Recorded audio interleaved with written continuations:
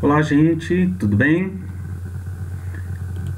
Vamos começar aqui com um conjunto de aulas cuja finalidade é introduzir os conceitos dessa disciplina Bases Biológicas do Comportamento 1, ok? O objetivo dessa disciplina é estudar as neurociências, tá? Do que trata a neurociência?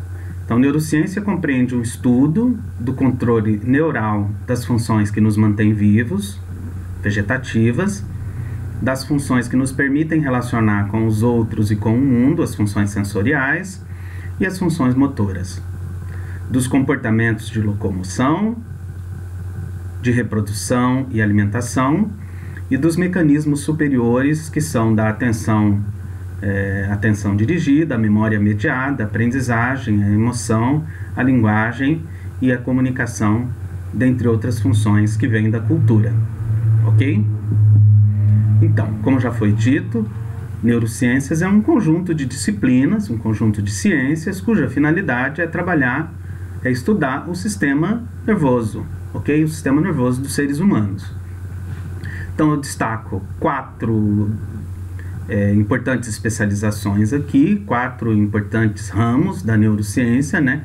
Que é a neuroanatomia, que estuda a morfologia ou a estrutura física do sistema nervoso, a neurofisiologia, que estuda o funcionamento, né? Físio tem a ver com o funcionamento, ok? E a neuroquímica, que vai estudar os processos de comunicação do tecido que ocorrem no tecido neural, né? Como é que se dá esse processo todo de comunicação, que é o processo de neurotransmissão, que é o processo conhecido como, mais especificamente, como sinapses. Ok? A gente vai falar um pouquinho de neurofarmacologia, mas de forma bastante introdutória, ok? E termino falando de uma das especialidades, que é a neuropsicologia. Gente, a neuropsicologia, como o nome sugere, então, é a psicologia se interessando pelos processos mais especificamente neuronais, né? É uma especialização da psicologia, né? Ela é feita após a graduação e é reconhecido pelo Conselho Federal de Psicologia. Ela vai atuar, o neuropsicólogo vai atuar, por exemplo, em situações em que o sujeito teve, por exemplo, um acidente vascular cerebral, um AVC, e teve perda da memória recente, e aí o neuropsicólogo vai trabalhar tentando trazer e reconstruir essa memória, né? É claro que você podem ter crianças envolvidas ou adultos, né? Mas eu só queria destacar a vocês que a recuperação em crianças é muito mais efetiva por conta de uma propriedade que é muito mais efetiva nas crianças, né, no sistema nervoso central, que é chamada de neuroplasticidade, ok? Então, obviamente que depende da extensão do acidente vascular, né, ou da lesão cerebral que o sujeito sofreu. Então, essa é um pouco a neuropsicologia. Gente, qual é o objetivo das neurociências? Então, a neurociência busca esclarecer os mecanismos das doenças neurológicas e mentais por meio do estudo do sistema nervoso normal, comparando com aquele que tem o distúrbio patológico. Bom, a ideia da gente começar essa disciplina é pela história dela, ok? Porque ao se entender a história, a gente também começa a compreender a origem dos conceitos que são utilizados na moderna neurociência, né? Eu trago para vocês aqui duas situações que são muito importantes. A ideia, por exemplo, de consciência humana. Quando é que o homem sabe que ele existe, né? Porque um bebê, quando nasce, ele não sabe que ele existe, ele não tem consciência do próprio corpo e nem tem consciência do sujeito que está ali do lado. Isso é um processo construído historicamente por cada um que nasce. Então, cada criança que nasce, cada bebê que nasce, ela é uma candidata a construir a consciência, né? E ela só constrói na relação com o outro. Então, nesse sentido, uma das perguntas que se faz é: qual é a origem da consciência humana, né? Então, Estudando os restos deixados pelos neandertalenses, né, chegou-se à conclusão de que possivelmente tenha sido nesse período dos neandertais que a consciência tenha emergido, através do quê? Do sepultamento deliberado dos mortos, ok? Então, sepultar deliberadamente os mortos exige que nós tenhamos consciência de nós e na consciência do outro. Além disso, foram encontrados esses crânios aí, que são chamados crânios trepanados, que têm esses buracos e cujas perguntas nós fizemos. Seriam rituais? Seriam curas? Sendo rituais ou curas, estando ligado a rituais ou curas, também está ligado a uma forma de consciência do próprio sujeito, ok?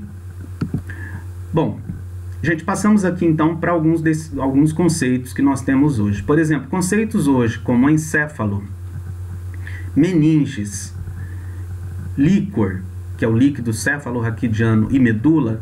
Esses nomes já apareceram há 3.700 anos atrás nesse papiro aí, tá? Descoberto por um americano chamado Edwin Smith. Nesse papiro existem a descrição de 48 casos clínicos, e esses termos já aparecem, não com o significado que nós temos hoje, mas os termos já aparecem, né? Hoje, por exemplo, o encéfalo corresponde a tudo que está dentro da caixa craniana. Isso se chama encéfalo. Meninges é a estrutura de revestimento do cérebro e da medula espinhal, ou seja, do sistema nervoso central. As meninges são 3, conforme já foi apresentado, né? E o líquor na verdade, o líquido céfalo-raquidiano, que é uma jaqueta de líquidos que envolve o sistema nervoso central, que também está dentro do sistema nervoso central, em certas regiões cerebrais, né? E a medula espinhal, a palavra medula vem de meio, né? O que é a medula? É aquilo que está no meio das vértebras, certo? Mas o conceito moderno que eu estou trazendo para vocês já é um conceito que foi, com o tempo, reconstruído, né? Então, outra ideia bastante interessante é qual é a localização da mente, né? O Pitágoras, por exemplo, defendia que a mente se localizava no encéfalo, né? Isso, para nós, isso não há discussão hoje, né? Embora, do ponto de vista filosófico, nós podemos falar de uma mente que está fora do cérebro, mas isso é uma outra discussão. Mas do ponto de vista biológico, nós podemos falar de uma mente, hoje em dia, e quando a gente fala de mente, a gente aponta para o nosso crânio, portanto, ao encéfalo, né?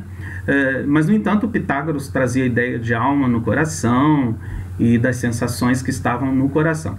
Portanto, Pitágoras, gente, ele é considerado um cefalocentrista, tá? Porque defende a ideia de que é no cérebro que está a mente, né? O Hipócrates, ele também vai ser um importante cefalocentrista, talvez um dos mais importantes, porque ele é considerado o pai da medicina. Ele foi uma das primeiras pessoas a dizer, olha, quando essas pessoas caem no chão e ficam se debatendo, isso é um distúrbio no encéfalo, né? Ele deu o nome de epilepsia, né? E também afirmou que é no encéfalo que você encontra a sede da inteligência e das sensações, coisa que hoje para nós está bastante claro hoje, né? O cérebro é apontado como a sede do julgamento, das emoções e das atividades do intelecto, assim como a causa dos transtornos neurológicos, tais como espasmos, convulsões, desordens da inteligência. Gente, nós estamos falando aqui de cerca de 2.500 anos, né? Bom, o Alquimion de Crotona, um outro filósofo, médico na época, não havia muitas divisões nas ciências, né? Influenciou os trabalhos do Hipócrates, né? Os escritos são chamados corpos hipocráticos, né? E para ele, a mente humana seria causada, seria criada pelo cérebro, né? Portanto, é uma tese cefalocentrista. Essa questão da criação, o cérebro criar a mente, é uma questão que está em discussão, mas de que a mente estaria no cérebro, ou em grande medida no cérebro, hoje não há discussão disso, né? E ele considerou corretamente, né, o cérebro como a sede da sensação e da cognição, né? Mais para frente, o Anaxágoras de Clasômena, né, e o Diógenes, né, também defenderam uma tese cefalocentrista, dizendo que o cérebro é a sede do intelecto. Mas para eles a explicação era uma explicação que hoje não cabe mais, né? Para ele era esse processo todo ocorria quando o ar era respirado, este iria diretamente para o cérebro, deixando lá as suas melhores partes. Essa forma de explicar as coisas do mundo baseada nas questões da natureza era muito comum, né? Ou era no ar, ou era na água, porque eram coisas que envolviam, estavam presentes em muitos lugares na Terra. Era uma causa única que eles buscavam. No caso aqui, era o ar. O Empédocles, né, de Agrimento, o Agrigento, né? Para ele a percepção aconteceria devido a poros sensoriais que existiriam nos olhos e captariam as emanações dos objetos ou das coisas, dentre eles o fogo, e portanto ele apesar de ser uma explicação um tanto quanto estranha, né? Mas essa ideia de poros, hoje nós temos a ideia de que, na verdade, não existem poros, né, nos olhos, né? Existem estruturas, bastonetes e cones que captam a luminosidade, por exemplo, né? E esse processo, por um processo de transdução de sinal, você tem esse sinal enviado para o cérebro através de nervos. Então você tem os nervos ópticos, né? No próprio olho, que levam a regiões mais específicas do cérebro, por exemplo, como a região posterior do cérebro, né? Aqui atrás nós temos as nossas memórias visuais, né? É aí que são produzidas, que são armazenadas as memórias visuais. O Teofrasto, para ele, o pensamento se dá sobretudo através do nosso sangue, veja bem, pelo sangue, o pensamento, pois no sangue, os elementos das partes que formam ele encontram-se mais bem misturados. Portanto, ele vai relacionar sangue ao intelecto. Gente, isso aqui nós já estamos falando de uma coisa um pouco mais posterior ao Alquimeon. Então, Alquimeon, Anaxágoras e Empédocles eram cefalocentristas, e o Teofrasto, apesar de ter aparecido depois, ele vai defender uma outra tese que é cardiocêntrica, né? O Platão, ele também vai defender a ideia cefalocentrista, ele vai ser um cefalocentrista, né? E o Aristóteles, ele vai ser, mesmo aparecendo depois, ele vai produzir uma outra teoria, de novo retomando a ideia cardiocêntrica. Então, o cardiocentrismo e o cefalocentrismo, eles ficaram concorrendo até que a tese cefalocentrista foi a vencedora. Mais na frente, gente, dando um salto histórico aqui, aparece o Cláudio Galeno. Esse é um médico de gladiadores. Por conta dele ser médico de gladiadores, ele vai se defrontar com situações terríveis, né? Depois de uma batalha, o cara chegar lá, o sujeito chegar com enormes danos na cabeça, no crânio, né, fraturas, com o cérebro exposto, e aí ele vai estudar. A partir então desses sujeitos que chegam para eles ali, né, através da morbidade, ele vai estudar o funcionamento cerebral, né. Então ele vai chamar... ele vai dizer que o encéfalo é formado por duas partes, uma parte anterior, né, que está na frente, anterior, né, anterior, é o cérebro, né, onde teriam as sensações e o repositório da memória, e o cerebellum, né, que está atrás, e que vocês conhecem, uma estrutura menor. A palavra cerebellum tem a ver com cérebro pequeno, né, e que tem a ver com o controle dos músculos. Realmente ele tem razão um pouco, ele tinha razão ao propor isso, porque hoje em dia a gente sabe que o cerebelo é um lugar onde os movimentos motores mais finos, eles são controlados por essa região. O equilíbrio também tem a ver com o cerebelo, né? E ele também vai dizer que os nervos eram condutos, levavam os líquidos vitais ou humores. Obviamente a gente sabe que os nervos não levam líquidos vitais e humores, né, hoje em dia, mas a proposição de que existem nervos foi muito importante para a gente. Então os nervos hoje em dia, o que é um nervo, né, hoje em dia? É um conjunto de axônios, que é a protuberância do do neurônio, né, aquele prolongamento do neurônio, né, um prolongamento, né, o axônio, e um conjunto de vários axônios formando feixes são os nervos, né? Os nervos conectam as várias regiões do corpo, e lá no cérebro nós temos uma grande quantidade de nervos que recebem outros nomes, são tratos, por exemplo, que ligam uma região cerebral com a outra, ou decussações, como é o caso dos nervos que ligam um hemisfério a outro, né, que é formando o corpo caloso. Gente, o Leonardo da Vinci e o Andrés Vesalius, aqui a gente dá um salto mortal também, né? Ele vai fazer um estudo muito interessante sobre anatomia através de desenhos, né? Produzindo uma obra fantástica. Ele vai ser o Leonardo da Vinci vai ser um dos primeiros a defender que existem espaços dentro do cérebro, né? Por onde determinados líquidos circulam, que é o líquido céfalo-raquidiano, né? Esses espaços hoje são conhecidos como ventrículos, né? Nós temos 4 ventrículos no cérebro, né? Bom, gente, mais modernamente, aí a gente dá um outro salto mortal, aparece o René Descartes, né? O René Descartes, ele vai fazer uma proposta, então, de que a mente vem de Deus, e pela glândula pineal a mente se conecta com o corpo, ou mais especificamente o que eles chamavam de alma também. Embora o René Descartes seja uma das primeiras pessoas a usar a palavra mente, né? Mens, né? Em francês, né? A glândula pineal é uma região que existe realmente, só que hoje a gente sabe que a glândula pineal ela tem mais os estudos apontam que a glândula pineal ela controla hormônios que tem a ver com o sono, né, com a indução do sono, e não necessariamente tem a ver com essa relação entre a alma e o corpo, ou a mente e o corpo, né? Essa frase dele, je pensais donc je suis, ou penso logo existo, é a ideia de separação. Então ele ele vai separar então mente e corpo. Então aquilo que é cérebro é separado da mente, né? Hoje a gente sabe que existe uma relação dual, uma reação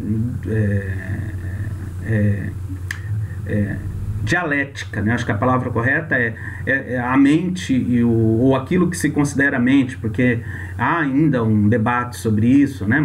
Ou aquilo que se considera mente e o sistema nervoso é uma relação dialética.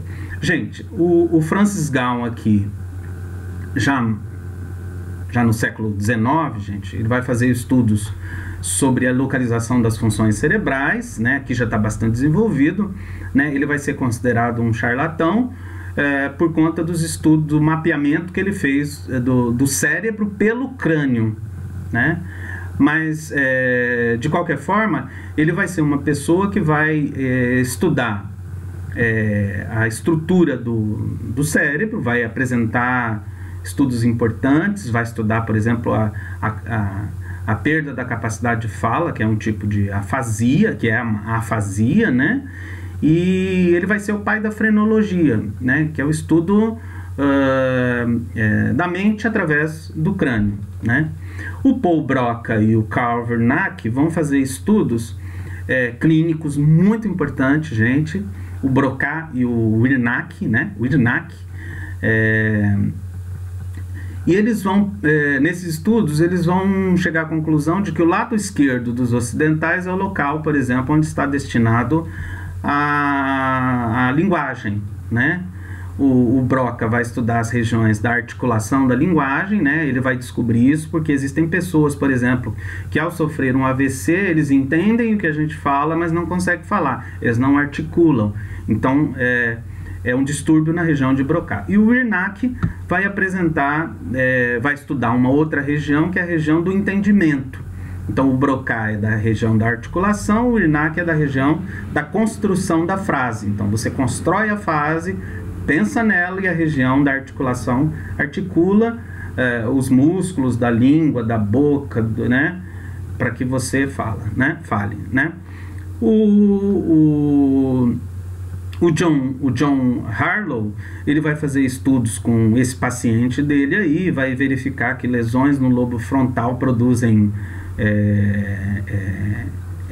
em decorrência, problemas no comportamento e até, segundo algumas correntes, até alterações da própria personalidade. Portanto, seria na região frontal onde você tem essas funções mais especificamente, né? E aí, eu termino apresentando rapidamente esses dois aí. O primeiro é o Lev Vygotsky, né? E o outro é o Alexander Luria. O Lev Vygotsky vai apresentar uma teoria relacionando as funções psicológicas superiores, né? As funções corticais, né? Superiores, vão dizer que que elas são interfuncionais, que elas são modificáveis, que elas são plásticas, né? E vai dizer que o cérebro funciona como uma orquestra, né? Como um sistema funcional dinâmico, né? E ele vai trazer também a ideia de que essa relação que o sujeito estabelece com as coisas do mundo e com as outras pessoas é que constroem os seus circuitos neurais, os seus comportamentos.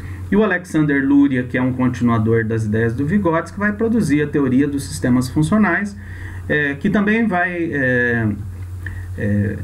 o Vygotsky vai morrer muito cedo, com 38 anos, e o Luria vai continuar mais essa área e vai estudar as funções mais complexas. E ele vai produzir uma teoria chamada Teoria dos Sistemas Funcionais, que nós vamos tratar mais tarde. Bom, gente, então continuamos na próxima aula, nos aprofundando um pouquinho mais. Isso é um apanhado geral da história das neurociências, ok?